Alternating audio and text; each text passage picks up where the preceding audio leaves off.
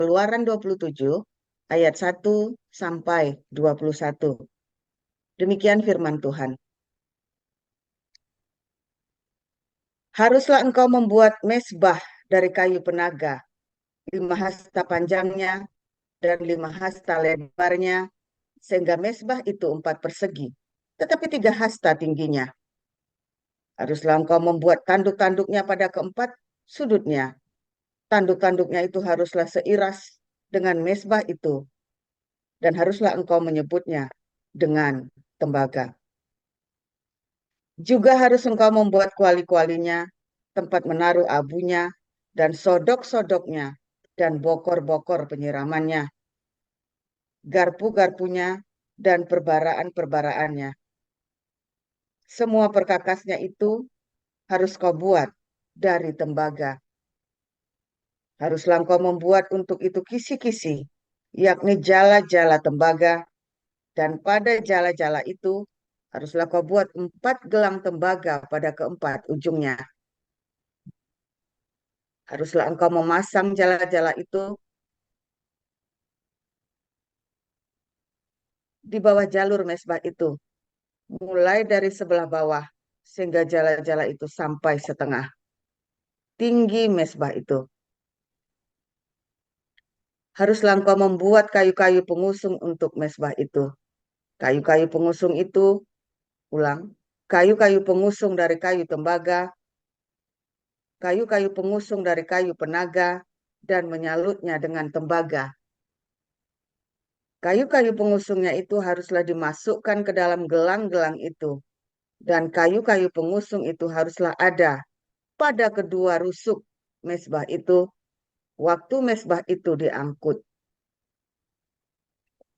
Mezbah itu harus kau buat berongga dan dari papan, seperti yang ditunjukkan kepadamu dari atas gunung itu. Demikianlah harus dibuat mezbah itu.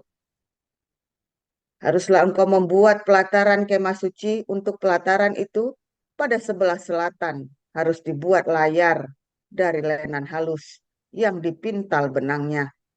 100 hasta panjangnya pada sisi yang satu itu. Tiang-tiangnya harus ada 20 dan alas-alas tiang itu harus 20 dari tembaga. Tetapi kaitan-kaitan tiang itu dan penyambung-penyambungnya harus dari perak. Demikian juga pada sebelah utara, pada panjangnya harus ada layar yang 100 hasta panjangnya. Tiang-tiangnya harus ada 20 dan alat-alat tiang itu harus 20 dari tembaga. Tetapi kaitan-kaitan tiang itu dan penyambung-penyambungnya harus dari perak. Dan pada lebar pelatarannya itu, pada sebelah barat, harus ada layar yang 50 hasta dengan 10 tiangnya dan 10 alas tiang itu. Lebar pelataran itu, yaitu bagian muka pada sebelah timur harus 50 hasta, yakni 15 hasta layar untuk sisi yang satu di samping pintu gerbang itu dengan 3 tiangnya dan 3 alas tiang itu. Dan juga untuk sisi yang kedua di samping pintu gerbang itu 15 hasta layar dengan 3 tiangnya dan 3 alas tiang itu. Tetapi untuk pintu gerbang pelataran itu tirai 20 hasta dari kain ungu tua dan kain ungu muda, kain kirmizi, dan dari lenan halus yang dipintal benangnya. Tenunannya yang berwarna-warna dengan 4 tiangnya dan 4 alas tiang itu. Segala tiang yang mengelilingi pelataran itu haruslah dihubungkan dengan penyambung-penyambung perak dan kaitan-kaitannya harus dari perak dan alas-alasnya dari tembaga. Panjang pelataran itu harus 100 hasta, lebarnya 50 hasta, dan tingginya 5 hasta dari lenan halus yang dipintal benangnya, dan alas-alasnya harus dari tembaga. Adapun segala perabotan untuk seluruh perlengkapan kemah suci dan juga segala patoknya dan segala patok pelataran, semuanya harus dari tembaga. Haruslah kau perintahkan kepada orang Israel supaya mereka membawa kepadamu minyak zaitun tumbuk yang murni untuk lampu, supaya orang dapat memasang lampu agar tetap menyala. Di dalam kemah pertemuan, di depan tabir yang menutupi tabut hukum, haruslah Harun dan anak-anaknya mengaturnya dari petang sampai pagi di hadapan Tuhan. Itulah suatu ketetapan yang berlaku untuk selama-lamanya bagi orang Israel turun-temurun. 1 Korintus 11 ayat 1 sampai 16. 16. Beginilah pembacaan kebenaran firman Tuhan. Jadilah pengikutku, sama seperti aku juga menjadi pengikut Kristus. Aku harus memuji kamu, sebab dalam segala sesuatu kamu tetap mengingat akan aku dan teguh berpegang pada ajaran yang kuteruskan kepadamu. Tetapi aku mau supaya kamu mengetahui hal ini, yaitu kepala dari tiap-tiap laki-laki ialah Kristus, kepala dari perempuan ialah laki-laki, dan kepala dari Kristus ialah Allah. Tiap-tiap laki-laki yang berdoa atau bernubuat dengan kepala yang bertudung, menghina kepalanya. Tiap-tiap perempuan yang berdoa atau bernubuat dengan kepala yang tidak bertudung, menghina kepalanya, sebab ia sama dengan perempuan yang dicukur rambutnya. Sebab jika perempuan tidak mau menudungi kepalanya, maka haruslah ia juga menggunting rambutnya. Tetapi jika bagi perempuan adalah penghinaan, bahwa rambutnya digunting atau dicukur, maka haruslah ia menudungi kepalanya. Sebab laki-laki tidak perlu menudungi kepalanya. Ia menyinarkan gambaran dan kemuliaan Allah. Tetapi perempuan menyinarkan kemuliaan laki-laki. Sebab laki-laki tidak berasal dari perempuan, tetapi perempuan berasal dari laki-laki. Dan laki-laki tidak diciptakan karena perempuan, tetapi perempuan diciptakan karena laki-laki.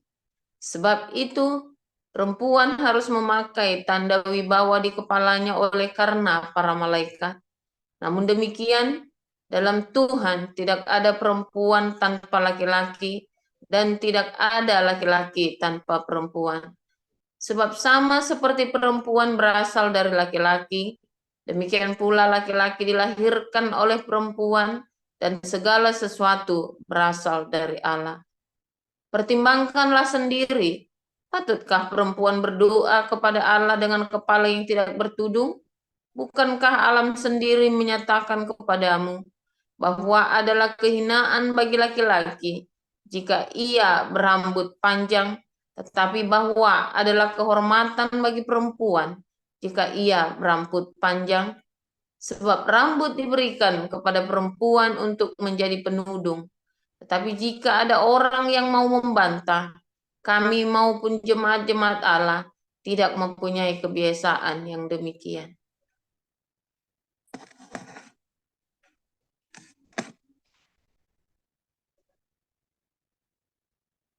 Baik, terima kasih Bu Sarma. Untuk selanjutnya kita akan lanjutkan Bu Kristi Wijaya. Silakan Bu. Lanjut. Kebiasaan-kebiasaan yang salah dalam perjamuan malam. Dalam peraturan-peraturan yang berikut, aku tidak dapat membenci kamu, sebab pertemuan-pertemuan tidak mendatangkan kebaikan, tetapi mendatangkan keburukan. Sebab pertama-tama aku mendengar bahwa apabila kamu berkumpul sebagai jemaat, ada perpecahan di antara kamu, dan hal itu sedikit banyak aku percaya. Sebab di antara kamu harus ada perpecahan, supaya nyata nanti siapakah di antara kamu yang tahan uji. Apabila kamu berkumpul, kamu bukanlah berkumpul untuk makan perjamuan Tuhan. Sebab pada perjamuan itu tiap-tiap orang memakan dahulu makanannya sendiri, sehingga yang seorang lapar dan yang lain mabuk. Apakah kamu tidak mempunyai rumah sendiri untuk makan dan minum? Atau maukah kamu menghinakan jemaat Allah dan memalukan orang-orang yang tidak mempunyai apa-apa? Apakah yang kukatakan kepada kamu? Memuji kamu? Dalam hal ini aku tidak memuji. Sebab apa yang telah kuteruskan kepadamu telah aku terima dari Tuhan, yaitu bahwa Tuhan Yesus pada malam waktu ia diserahkan mengambil roti, dan sesudah itu ia mengucap syukur atasnya. Ia memecah-mecahkannya dan berkata, "Inilah tubuhku yang kuserahkan bagi kamu. Perbuatlah ini menjadi peringatan akan aku." Demikian juga ia mengambil cawan sesudah makan lalu berkata, "Cawan ini adalah perjanjian baru yang dimateraikan oleh darahku. Perbuatlah ini setiap kali kamu meminumnya menjadi peringatan akan aku. Sebab setiap kali kamu makan roti ini dan minum cawan ini, kamu memberitakan kematian Tuhan sampai ia datang. Jadi barang siapa dengan cara yang tidak layak makan roti atau minum cawan Tuhan, ia berdosa terhadap tubuh dan darah Tuhan. Karena itu hendaklah tiap-tiap orang menguji dirinya sendiri, dan baru sesudah itu ia makan roti dan minum dari cawan. Karena barang siapa makan dan minum tanpa mengakui tubuh Tuhan, ia mendatangkan hukuman atas dirinya. Sebab itu banyak di antara kamu yang lemah dan sakit, dan tidak sedikit yang meninggal. Kalau kita menguji diri kita sendiri, hukuman tidak menimpa kita. Tetapi kalau kita menerima hukuman dari Tuhan, kita dididik supaya kita tidak akan dihukum bersama-sama dengan dunia. Karena itu saudara-saudaraku, jika kamu berkumpul untuk makan, nantikanlah olehmu seorang yang lain. Kalau ada orang yang lapar, baiklah ia makan dahulu di rumahnya, supaya jangan kamu berkumpul untuk dihukum. Hal-hal yang lain akan kuatur kalau aku datang. Haleluya, firman Tuhan selalu baru setiap hari bagi kita semua yang menanti-nantikan Tuhan dengan pengharapan, saudara ya.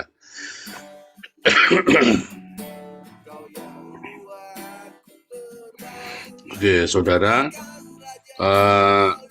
hari ini kita belajar tentang peralatan dalam mesbah, dalam tabut, dalam kemah suci, ya, yaitu mesbah yang disalut dengan tembaga, juga lampu, ya, minyak untuk lampu, saudara. Saudara, di dalam kemah suci itu, ya, ada tabut perjanjian, ada lampu, ada meja ukupan, ada meja roti, saudara ya. Dan di dalam setelah di kemah suci atau kemah mahasuci, di pelatarannya itu nanti ada mesbah tembaga, saudara. Mesbah tembaga. Sebelum Anda masuk ke ruang mahasuci, Anda pasti melewati semua perkakas yang disalut dengan tembaga. Mengapa harus dengan tembaga? Karena tembaga itu ya berasal dari berasal dari huruf taf, ya saudara ya, taf, huruf paling terakhir, yaitu perjanjian. Kalau Anda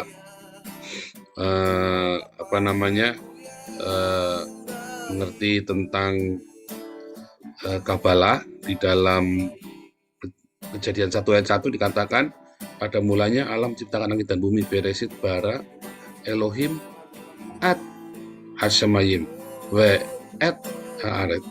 Kata et itu dari alef taf, saudara ya, atau huruf et itu ya, huruf et menunjukkan objek ya, saudara ya. Huruf et itu dari alef dan taf, ya. Jadi pada mulanya ya sampai dibuatnya perjanjian itu, saudara. Maksudnya seperti itu. Jadi setiap penciptaan ya dimulai dengan sebuah logos, dengan firman, dan merupakan sebuah perjanjian. Penciptaan langit dan bumi itu diawali dengan logos dan perjanjian. Nah itu, saudara ya, yang awal dan yang akhir. itu adalah sebuah perjanjian yang kekal, saudara. Itu maksudnya ya, makanya huruf taf itu, huruf alef dan huruf taf itu sangat penting di dalam hermeneutik atau tafsir Alkitab versi Yahudi, saudara, huruf alef dan taf itu. Nah, sama juga ya, huruf taf itu artinya memang perjanjian. Ya, kalau Anda melihat, ya, ada kuasa, alef, ox, kuasa, strong, power, dan taf, ada perjanjian, ada kuasa di dalam perjanjian. Sehingga semua perkakas bait suci itu harus disalut dengan tembaga. Mengapa nggak emas ya, saudara ya? Ada mereka punya emas banyak loh. Ya, tetapi dengan tembaga. Ya, disalutnya dengan tembaga. Tembaga adalah sebuah perjanjian, ya, saudara ya. Dan kalau Anda lihat huruf taf itu simbolnya itu salib, saudara. Ya. Itulah perjanjian yang abadi, perjanjian yang kekal. Salib Kristus itu perjanjian yang abadi, saudara. Di mana cintanya Tuhan itu dicurahkan untuk umat manusia. Makanya huruf taf itu disimbolkan dengan tanda salib. Ya, saudara ya. Nanti kalau Anda belajar lagi, Nehustan, ular tembaga, itu juga sama ya. Ular yang ditinggikan, disalib itu loh, saudara.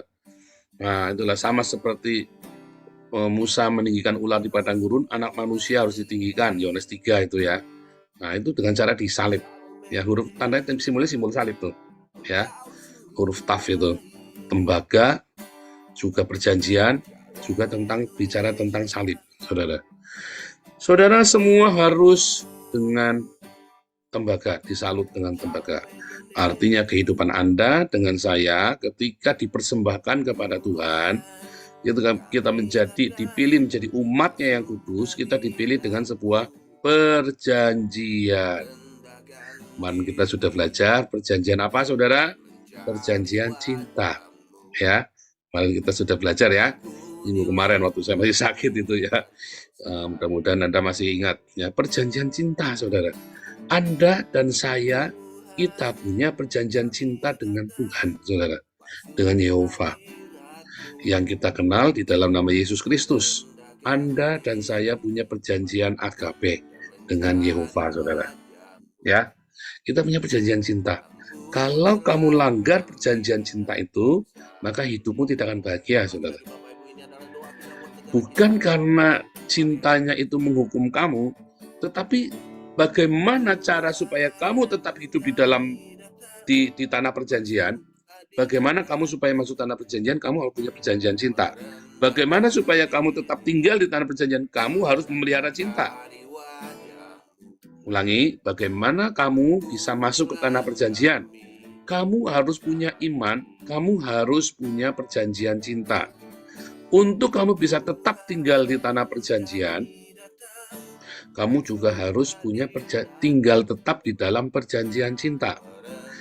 Kalau kamu gagal dengan perjanjian cinta itu, bukan perjanjian itu yang menghukum kamu, bukan Tuhan menghukum kamu sendiri yang menghukum dirimu sendiri, karena kamu gagal untuk mencintai, saudara. Kamu gagal untuk mengasihi Tuhan dan mengasihi sesama, maka hidupmu walaupun di tanah perjanjian tetapi serasa di neraka. Ya, tetapi kalau kamu hidupnya dengan perjanjian cinta, kamu akan hidup di dalam tanah perjanjian. Ya, saudara ya. Dan perjanjian cinta itu ya harus tetap diterangi dengan apa, saudara? Dengan kesaksian Kristus. Makanya, saudara, di dalam pelajaran akhir zaman ada dua saksi. Ya, dua saksi ini adalah orang yang memiliki Torah dan memiliki kesaksian. Kenapa disebut orang yang memiliki perintah Allah, perjanjian Allah, dan yang memiliki kesaksian Yesus Kristus? Ya, dalam Wahyu 12, coba kita buka Wahyu 12 ayat berapa tuh ya, Mas? Saya bacakan aja ya, nanti Anda baca sendiri ya. Di dalam Wahyu 12,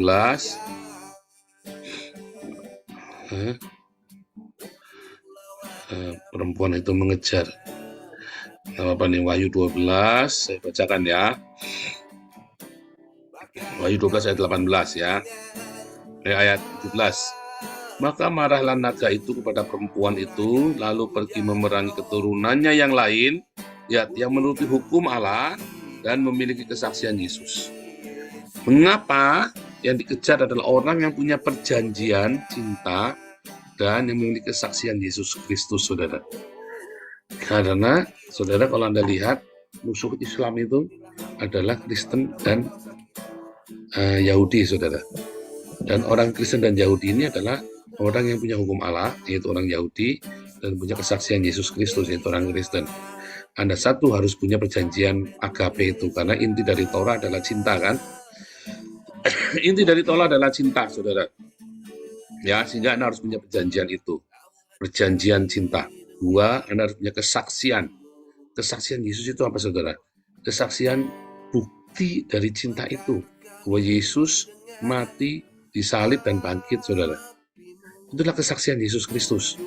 Nah, kesaksian Yesus Kristus itu adalah terang dalam hidup kita yang kita beritakan melalui diakonia dan marturia. 1 Korintus 11 itu lagi cerita diakonia marturia.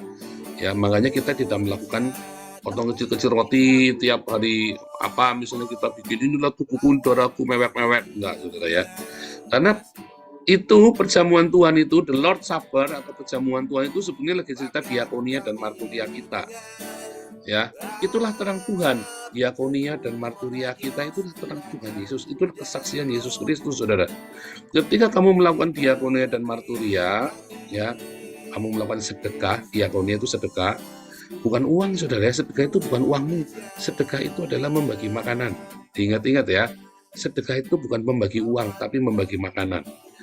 Ya, marturia itu adalah Anda bersaksi pada saudaramu, tetanggamu, anakmu, suamimu, istrimu.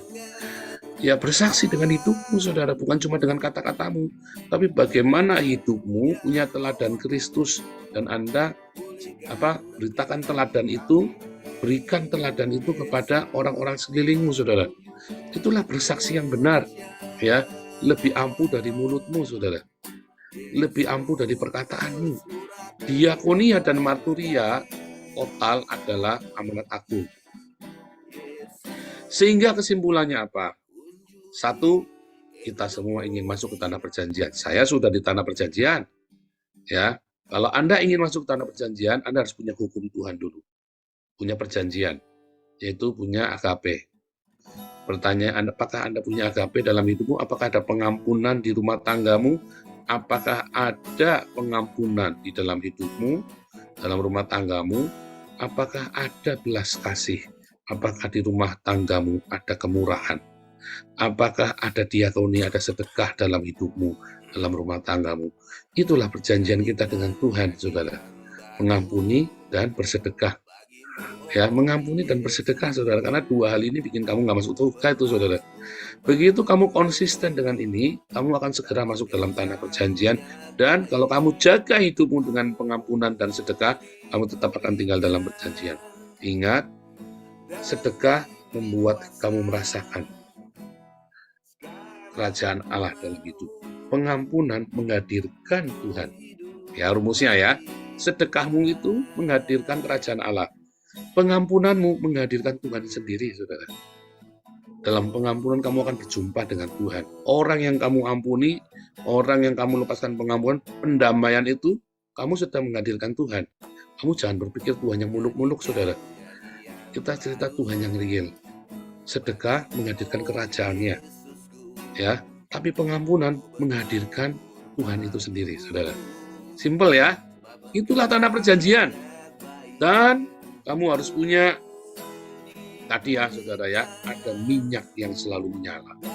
Biarkan Roh Kudus itu, rema itu, minyak itu selalu cita Roh Kudus. Ya akan terus membuat kamu tetap tinggal di situ, saudara. Makanya tiap hari kamu kudu dengar Logos. Dengarkan firman Tuhan tiap hari. Dengarkan firman Tuhan. Ya, satu Logos itu akan jadi rema. Dan kalau tiap hari rema itu ada bersamamu, kamu akan tetap tinggal di dalam perjanjian itu dan kamu akan menang, saudara. Hidupmu akan bahagia. Hidupmu akan benar, akan bahagia. Karena kamu punya satu Logos yang menjadi rema setiap hari. Apalagi berlimpah. Nah, makanya selalu muter-muter itulah lingkaran sorga, saudara. Lingkaran kehidupan. ya, selalu ada cinta, ada pengampunan, ada cinta, ada pengampunan, ada sedekah, ada rema, ada cinta, ada pengampunan, ada sedekah, terus kamu akan tinggal stay di dalam berkat Tuhan dan kamu akan diberkati terus, saudara. Kalau lingkaran setan, ya pokoknya dosa lagi, kebencian menghasilkan pembunuhan, pembunuhan menghasilkan dosa, dosa menghasilkan kebencian, terus saudara, nggak lepas-lepas, kamu harus pindah. Ya, siapa Anda di sini masih hidup di dalam kemarahan? Siapa yang masih di dalam dendam? Penting, bilang, ngomong di dalam hatimu, Pak, orangnya sudah meninggal, Pak. Kamu bilang, sebut namanya, aku mengampuni. Ya, saudara, sampai terjadi tuh, wah, waktu ngomong-ngomong ampun itu badanmu panas tuh rasanya, tuh otakmu tuh kayak kesetrum listrik semua, tuh koslet semua tuh badanmu tuh, saudara. Bilang, aku mengampuni, ucapkan dengan mulutmu, saudara, aku mengampuni, dan akhirnya tiba-tiba kamu benar-benar mengampuni. Di dalam nama Yesus, aku tidak sanggup, tetapi Tuhan Yesus yang memampukan aku. Declare, saudara. Bilang, aku nggak sanggup, tapi Tuhan Yesus yang menyanggupkan aku untuk mengampuni. Ya, kemudian ada itu dalam sedekah. Itulah perjanjian kita, ya. Dan tiap hari kamu jaga itu dengan rema yang dari Tuhan Yesus. Hidupmu akan merdeka, hidupmu akan bahagia, dan kamu akan menikmati susu dan madu di tanah perjanjian. Tuhan Yesus memberkati.